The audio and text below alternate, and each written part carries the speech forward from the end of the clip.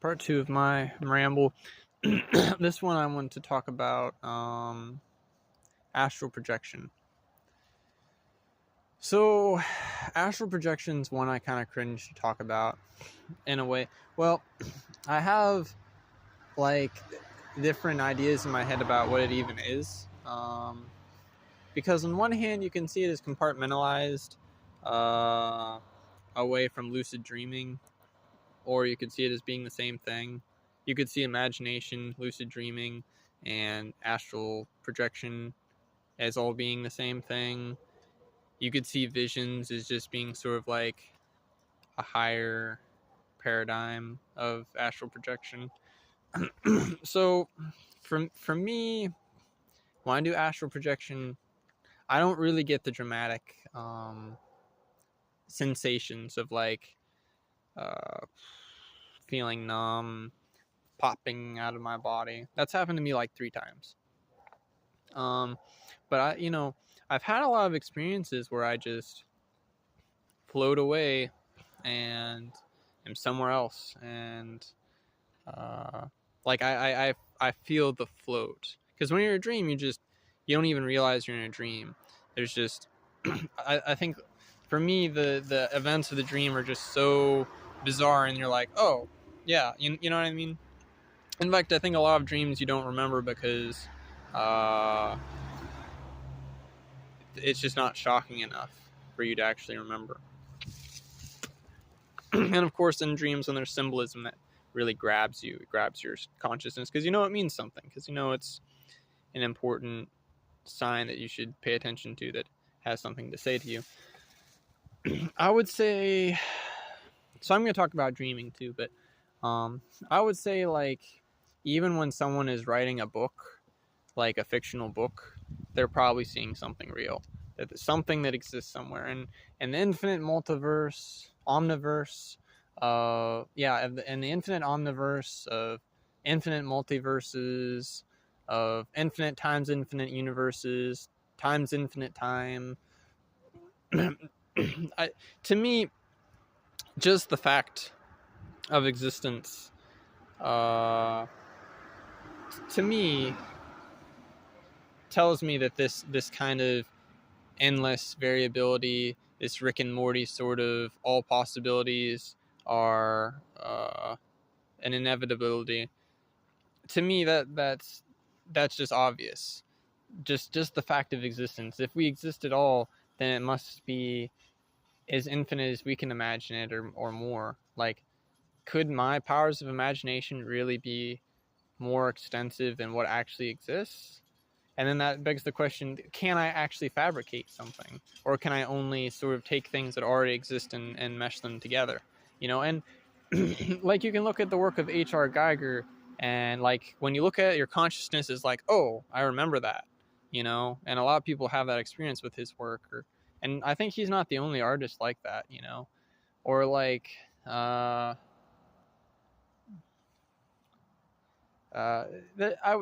would relate this to past life stuff. Like, you hear about Rome and you feel like an attachment to that.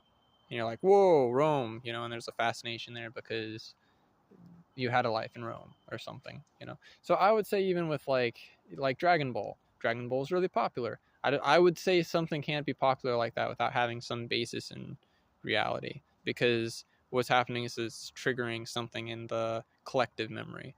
So because I've sometimes I'll go through this thing where I'm like watching videos and reading articles about sort of the craft of writing and of storytelling, but I think that a lot of the power in a lot of these series and franchises is something in the memory, like the Marvel universe. It's Return of the Gods, more or less. It's I've heard people have the take that it's like polytheism. I don't have that take per se, but I think it is something we all remember. We all remember like a super version of ourselves. And so through art, we can actually have like a small astral projection. So that's me talking about sort of my philosophy behind astral projection, that like the barrier between, imagination is, some signals are coming in from somewhere, which if all space, if really above the illusion of time, where all consciousnesses sort of communicating and vibrating, then distance doesn't matter, even time, distance of time.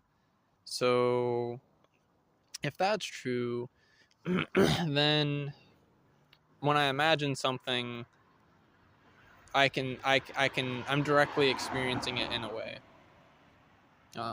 In the 3D, I'm not, but on a higher level, I'm directly experiencing it, or there might be some filtration if whatever it's coming from or whatnot. Some things, I believe some beings sort of want them to manifest in the imagination. They want the people to have some kind of uh, some migration of their consciousness in one direction or another. So, okay, as far as the methods of astral projection, so people have like the rope method where they imagine climbing a rope out of their body. That never worked for me. Then some people like sit on an uncomfortable, they'll lay down or sit in some way uncomfortable so that the discomfort actually keeps their awareness focused. That I've had some success with that. Not a ton, but some. So yeah, a lot of the books and some of the YouTubers I've watched talk about this very distinct feeling of popping out of the body, being on the ethereal plane and looking around. I've been on the ethereal plane like twice, and it was super hard to be there and it's super hard to stay there. So it's like sort of this just subtle like echo, like energetic echo thing of the physical plane. So like it's almost like as your astral body, you're seeing a not totally realized projection of the physical. So then, yeah. So for me, I kind of, I just imagine myself going off and drifting off, and I don't have like a strong like egoic resistance to just, oh, I'm somewhere else. Like I don't need it to feel super tactile and I'm not really interested in manifesting that strongly somewhere else, or I'm not necessarily that super curious, and I think I'm also not that good at it. I think a lot of my amazing experiences aren't so much that I've broken the matrix and am out and about, and more that certain beings just want to show me stuff. So I think most of the time I'm not really the driver of it. I'm not really the driver of these experiences. It doesn't mean I'm totally driven, but it's like, if some other being extends a bridge, has the door wide open, etc., etc., how much work do I actually do? How much of it is like my skill? So certainly I have some skill. I think I'm good at not being so focused on particular like tactile experiences and whatnot. I think I do have some skill certainly to go explore this realm or that realm. Another thing in astral projection is that certain beings don't want to let you in. So I had this experience with these beings. They're the Naga. They're hooded serpents, and I wanted to find them and talk to them and see what they're all about. And I was focusing on them, and I think over time I became more curious than I had more of like a adversarial, bent towards them. I was like, oh, they're messing up the world, or etc. etc. Or and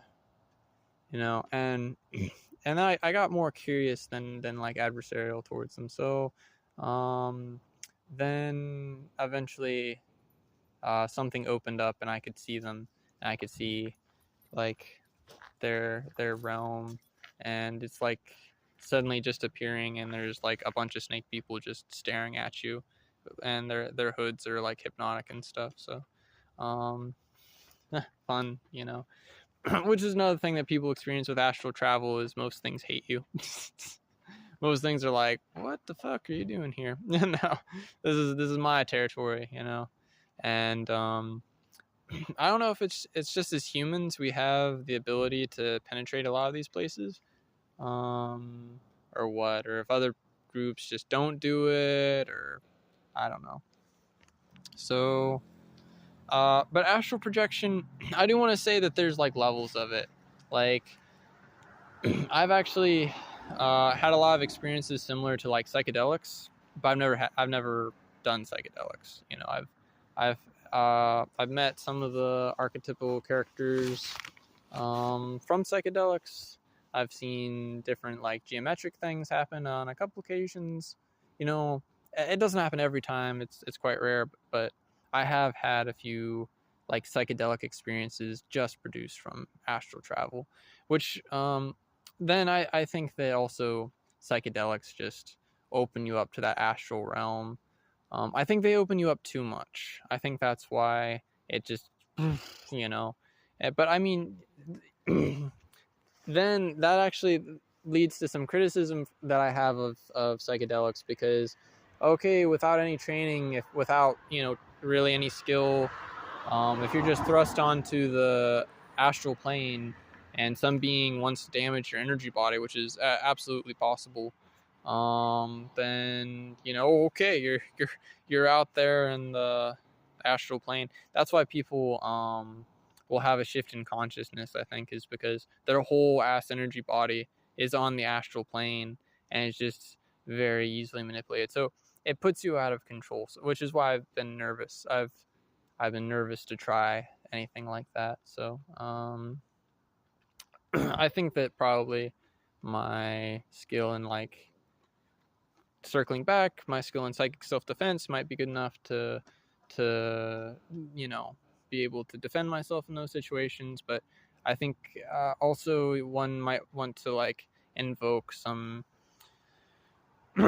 some deity they trust, and use psychedelics more as a like to view psychedelics more as a full system change. Like you're making you're almost as if you want to think you're changing operating systems a little bit, or making an update to the operating system. So that's, you know, you're going from Windows 10 to Windows 11 or something. Maybe not totally in the sense of upgrading, but in that sense of having a large shift in consciousness. So yeah, so I would also tie psychedelics into astral projection. That is in some way there's quite a lot of overlap. Now I'm gonna go into dreaming. I'm gonna hit on dream work a little bit. So dream work, a lot of people say that when you dream, you're just astral projecting, maybe into your own mind space or something like that. So I'm gonna say a story here. One time I was feeling the need to do the Shiva mantra because I'm a Shaivist. I worship Lord Shiva. I wanted to do the mantra, but my ex really hates the mantra. Like, she really hates mantras, and I think it's because she would used to do mantras a ton, but I do the mantras of, like, I don't do Vishnu mantras. I don't feel a connection with Vishnu, so or it's not that I don't feel a connection. It's more complicated than that. But in general, I find other gods to be far more helpful in sort of the course of my existence. And I think some Vaishnavas are like, oh no, only worship Krishna and forget all religion. That's what it says in the Bhagavad Gita. I would say, well, if you want to optimize entirely towards moksha, then go for it. But if you have some dharma in the world, if you have some activity to perform in the world, then maybe you should, you know, consider making some of these beings your associates who are happy and willing to do so. You know, don't okay, if you're not going to respect some being, don't respect your boss. You know, that's what it is. They're your associates. They're other beings that have something. You know, don't ask anyone for money. Don't eat food from anyone. You know, don't go to a restaurant and eat food. Don't accept food from your neighbor. Don't go and eat dinner or lunch with your neighbor. Just make your own food. See, that's to me, it's the same extremeness, because if you understand that these are just like higher beings, that and in some sense I'm a soul, they're a soul, then it's not really a big deal to produce some kind of union with them that produces some kind of benefit in your life, because if you'll appreciate that and evolve, that's amazing. And that ties into astral projection, because if whenever, like, I would say for any kind of yogic development, astral projection is like bread and butter. It's the bread and butter.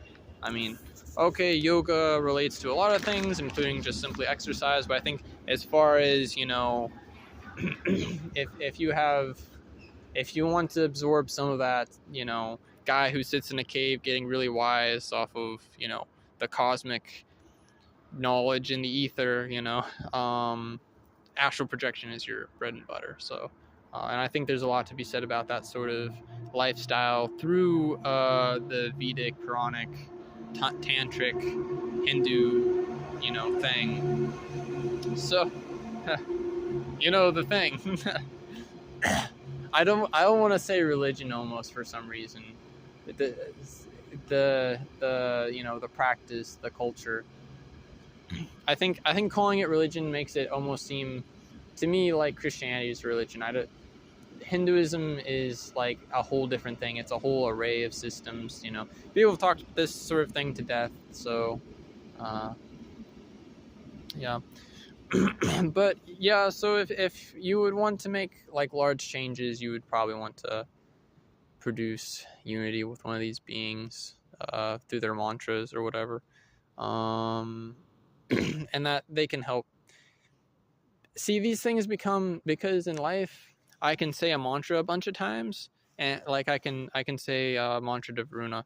Om Vaishute Shaya Vidmahi Pasha Shaya Dimhi Tanno Varuna Prachodayat. I can do that, and I can do that over and over and over and over. And, suddenly I can find my heart's working better, my circulation's better, my finances are slowly getting better, as the ethereal change trickles down to the material change. But so that's like totally like materialistically expressing that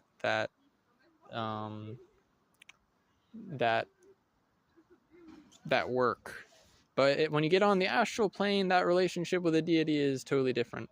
And I think that in my experience, they're very eager to initiate you into some of this sort of astral travel and whatnot. More along, they mostly want to show you what they want to show you, but still, so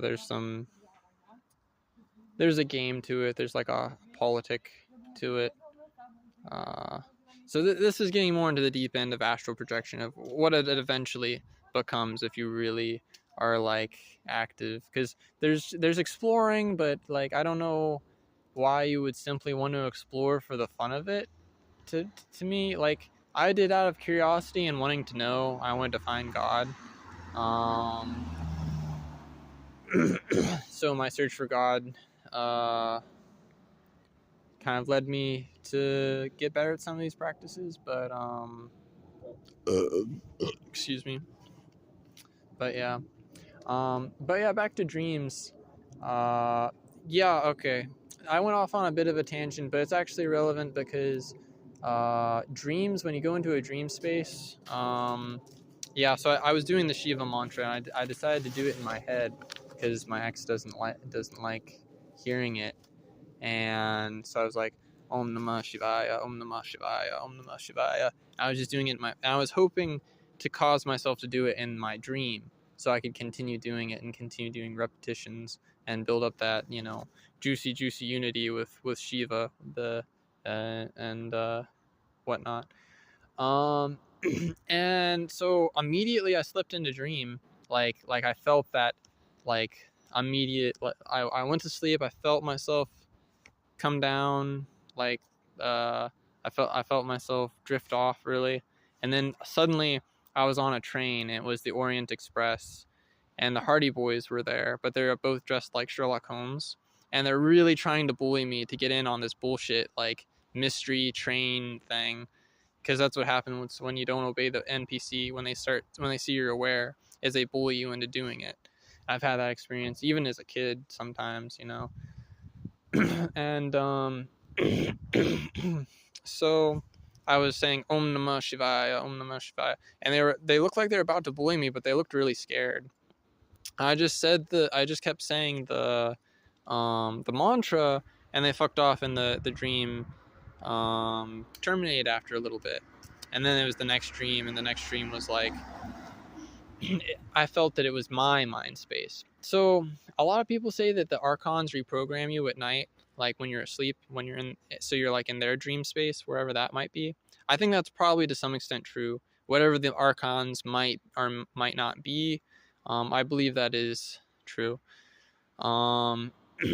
So because I was able to use mantras and take control of my dreams, I've had a lot of other experiences where the dream tried to, put me down, and I pushed back on that.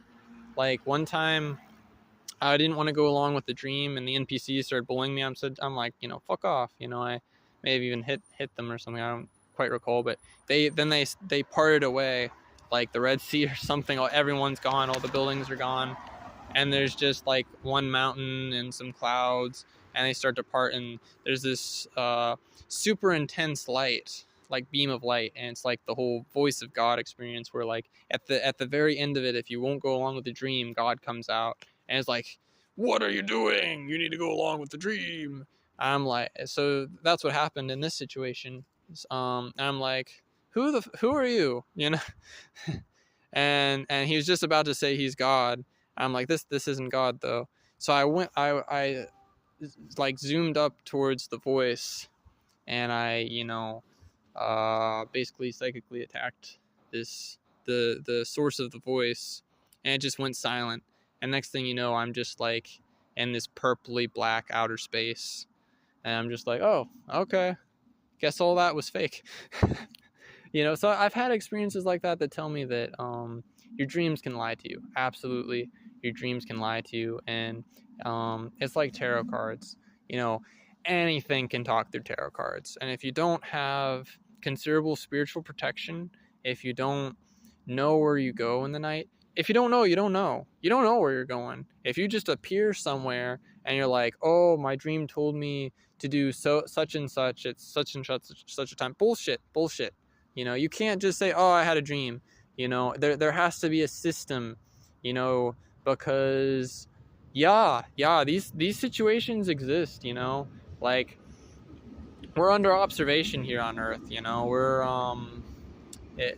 I don't know exactly why or how complex it is, but absolutely we're under surveillance, and the surveillance state is astral. It's not merely technological. For example, Solomon said in the book of Proverbs, it says, beware what you say, lest a bird tell the thing. And it's talking about Solomon was said to be able to talk to animals, but I think it's also talking about spirits. Like a spirit can hear you and go and tell what you're talking about. But some beings can even hear your thoughts, and but at the same time, if you protect yourself and you're like, because your aura is your thoughts, but if you seal your aura, they can't really get in. So, but I would say mostly they can't hear your thoughts. Monitoring spirits, but some beings kind of can, but I would say on the whole you can assume that they can't. I think that's a special case. Anything's possible out there. Anything's possible, but this is like my experience, and it's not just like I do want to say it's not just my assumption. It's not like I read some occult books and was like, whoa, I did that, but then I got better, and I got more organized, and I kept questioning, is this true? Is this true? Is this right? Is this right? I figured out, it's like, The terrible thing of existence is the shocking amount of freedom you actually have. I forget which philosopher said that, but that just seemed to be the case. You know, like, why do we have this karma? Well, it's tied to the planets and the primordial light rays that are sort of broadcast by the planets, and then there's light rays that aren't going through the planets, and then the planets, they all sort of have a debt that they want to force on you. So oh, that's a bit of rambling, just to say that, like, astral projection opens you up to a whole new world, and I think astral projection is something that I think you want to have some skill. You want to have some skill in psychic self-defense and also psychic offense. You want to know how to deal with uh, the very common astral parasites, and then you want to know how to deal with demons. You want to know how to deal with angels, which can also be assholes sometimes. You want to know how to deal with, things that aren't angels or demons, and just have sensitivity. You want to build sensitivity where, like, what is this being? I don't know what this being is. Like, do I trust it? Do I not trust it? Always err on the side of not trusting. Work out your faith with fear and trembling. That's really important. I think it's important to say all these things, pack all of this into astral projection, because at least for me, astral projection is very central. Because otherwise, what do we have? We have some books. What is gnosis? Gnosis is at least adjacent to astral travel. Like, okay, it's information. It's not, me going somewhere else, but it's still something traveling over the ether. And so once we start talking about ether, that's like, that blows the lid off of a lot of things. So yeah. So I hope this was informative and helpful. Thank you.